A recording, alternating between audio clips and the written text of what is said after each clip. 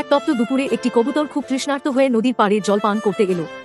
নদীর স্রোত ছিল বেশ প্রবল। কবুতরটি যখন ঝুঁকে জল খাচ্ছিল, আচমকা এক দমকা হাওয়ায় সে ভারসাম্য হারিয়ে গভীর জলে পড়ে গেল। ডানা ভিজে ভারী হয়ে যাওয়ায় সে আর উঠতে পারছিল না। স্রোতের টানে সে ক্রমেই তলিয়ে যেতে লাগল। নদীর ঠিক ওপরেই একটি বড় গাছে বসেছিল একটি বাঁদর। কবুতরটির এই প্রাণপণ বাঁচার লড়াই দেখে বাঁদরের খুব মায়া হলো। সে দ্রুত গাছের একটি বড় পাতাযুক্ত ডাল ভেঙে নদীর জলে কবুতরের সামনে মেলে ধরল। কবুতরটি কোনোমতে সেই ডালটি আঁকড়ে ধরল এবং ডাঙায় উঠে এলো। নিশ্চিত মৃত্যুর হাত থেকে বেঁচে গিয়ে কবুতরটি বাঁদরের প্রতি গভীর কৃতজ্ঞতা প্রকাশ করল। এর কিছুদিন পরের কথা, এক শিকারী সেই বনে এলো কবুতর শিকার করতে। সে ঝোপের আড়ালে লুকিয়ে থেকে তার ধনুক তাক করল ঠিক সেই কবুতরটির দিকে। কবুতরটি তখন গভীর ঘুমে মগ্ন ছিল, তাই সে টেরও পায়নি তার মাথার ওপর কি বিপদ ঘনিয়ে আসছে।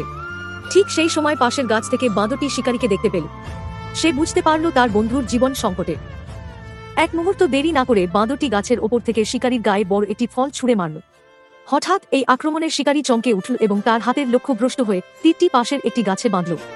শব্দের চোটে কবুতরটির ঘুম ভেঙে গেল এবং সে বিপদ বুঝে দ্রুত ডানা ঝাঁপিয়ে নিরাপদ স্থানে উড়ে গেল। এভাবেই সেদিন বাঁদরটি তার উপস্থিত বুদ্ধি আর সাহসিকতা দিয়ে বন্ধুর প্রাণ বাঁধল।